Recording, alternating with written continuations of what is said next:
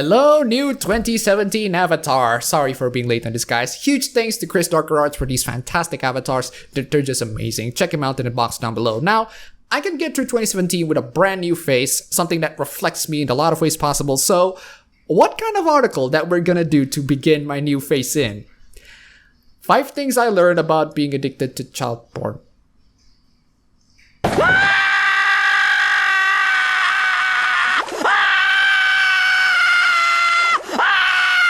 Okay, I think Cracked has a new mission right now. Last time, Cracked's mission is to piss the living hell out of people, and it worked for some people. Right now, Cracked is on their way to make sure that people commit mass suicide. And reading this article just make me want to kill myself immediately, as if my encounters with these horrendous pedophiles aren't enough. Just I want to puke. This article is maybe just trying to make us understand pedophile. No. Listen, I don't want to understand pedophiles. I don't even care if they don't commit any sorts of crime towards children. I want these pedophiles to seek help. That's all. Seriously, name me one thing, one good benefit of being a pedophile. None. There's none. I've seen tons and tons of articles of how these pedophiles cannot control their urges. As in, they can only bring damage to the society. That's the kind of thing that should put you instantly in a mental institution. Where's that Michael Jordan clip? Stop it. Get some help.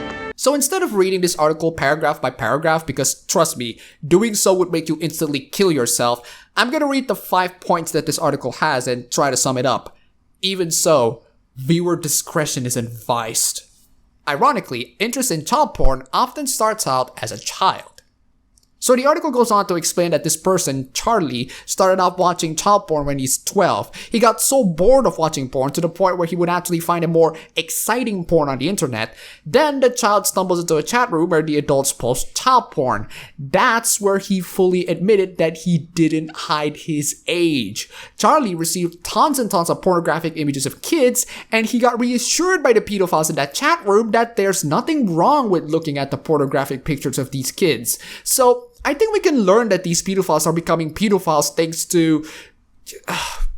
to being way too curious on the internet. This is why we should keep children away from going to the internet for far too long. Consuming child pornography can be like an addiction. Now, another anonymous pedophile had tried normal relationships before, but unfortunately it doesn't kick as much as normal child pornography. Charlie says that when he's 15, he got addicted to child porn to the point where he would be looking at child porn for about 7 hours. Even my 15-year-old self couldn't beat that, and I'm talking about normal, everyday straight porn. So, if it is like addiction the same way smoking is, then there are ways for you to cure them, right? My dad got away from smoking addiction, and it's freaking hard. It's really damn hard. I'm sure you guys have lots and lots of experiences on trying to overcome it. But hard is not impossible. So instead of going to the internet to grieve of how hard it is, maybe you should actually seek help. To addicts, even prison is not a deterrent. Well, I think I can extend that to a lot of crimes. This is just a problem with prisons in general. In case of pedophilia, you need a therapist, not a prison sentence. Oh, and Charlie also stated that he's an upper middle class white family. Rich people do have really strange hobbies, and some of these strange hobbies are borderline criminal. The sex offender registry is bizarre and somewhat arbitrary. So Charlie explained that he was designated at a level 2 sex offender. It's all because the child pornography pictures that he owned are the pictures of people that he don't know, which somehow increases the sentence. Wait, I thought it would be a lot more dangerous if it's people that he knows, because the risk of actually molesting them would be 10 times higher because it's someone that he knows. Okay, that one's stupid. And finally, overall, we don't know much about child porn, addiction, and pedophilia. Yes, we don't really know a lot about child porn, addiction, and pedophilia. And you know what? It's fine to talk about it. It's fine to give in alternative viewpoints. It's fine if you try to attempt to make people to understand pedophilia, as disturbing as that sounds. But here's the problem. I'm talking to Cracked. This is the same publication that is not okay with sexism or racism towards fictional characters. And every single dissent or alternative viewpoints on these completely ridiculous fictional matters, they're not okay. For some reason, they don't tolerate alternative viewpoints to these particular matters, and I don't know why. They don't tolerate dissent towards simple, harmless topics like video games. They are, however, willing to tolerate alternative opinions to pedophilia, one of the most controversial topics in existence.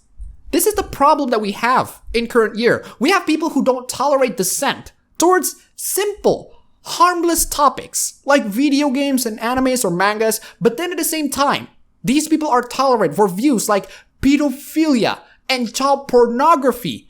I don't get that. Why?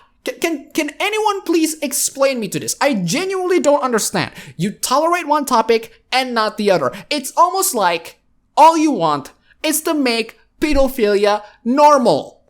Listen, Cracked, Salon, New York Times, and any other publication that posts opinions on pedophilia. If you're willing to have pedophiles to explain what they are, who they are, why they do this stuff, if you're willing to give sympathy to these people, if you're willing to let people like these to speak out about their problems, why aren't you willing to let people to speak out on other topics that are severely less serious than pedophilia, but you get absolutely wrong at? You get a lot of things wrong with video games and gamers, and yet for some reason, you put a lot of effort to make sure that your publication on pedophilia is absolutely 100% correct. I'm disgusted. This level of bigotry is out of this realms. There's nothing wrong with Cracked posting an alternative viewpoint about pedophilia. As disgusting as it is, they have the right to do that. But this is the same publication that does not tolerate dissent towards anything, video games or gamers related, for some stupid reason. I don't get why you have to be so goddamn selective to these two topics. Like, one is completely not serious. It's just video games, but you get a lot of things wrong with video games. We try to tell you, oh, you're wrong about these things on video games. But you're like, no, we're not gonna tolerate any sorts of opinions on video games or gamers. We're gonna demonize the living hell out of them. But for some reason, you let pedophiles pass. You're gonna demonize the living hell out of gamers, but you're gonna let pedophiles pass. Someone please explain this to me or my mind is going to explode. That's all for the video today. I really wish you don't kill yourself after listening to all of this nonsense. Please do yourself a favor and don't kill yourself, alright? Just don't. Thanks for watching.